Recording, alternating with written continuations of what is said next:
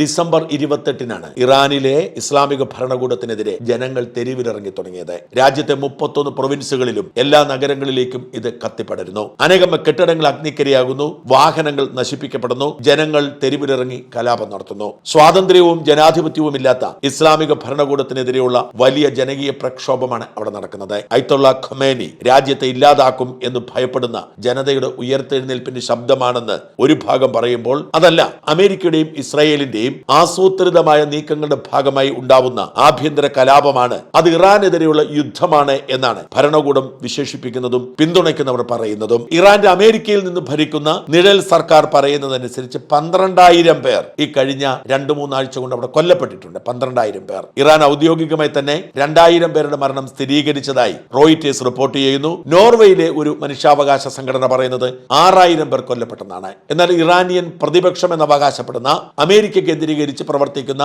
പ്രസ്ഥാനത്തിന്റെ വെബ്സൈറ്റിൽ പറയുന്നത് 12,000 പേർ കൊല്ലപ്പെട്ടെന്നാണ്. ഏതാണ്ട് 10,000-ൽ-അധികം പേർ ഇപ്പോൾ കസ്റ്റഡിയിലാണ്. ഇറാനിലെ ജയിലുകൾ നിറയുന്നു, ആശുപത്രികളിൽ പരിക്കേറ്റവരെ കൊണ്ട് നിറയുന്നു.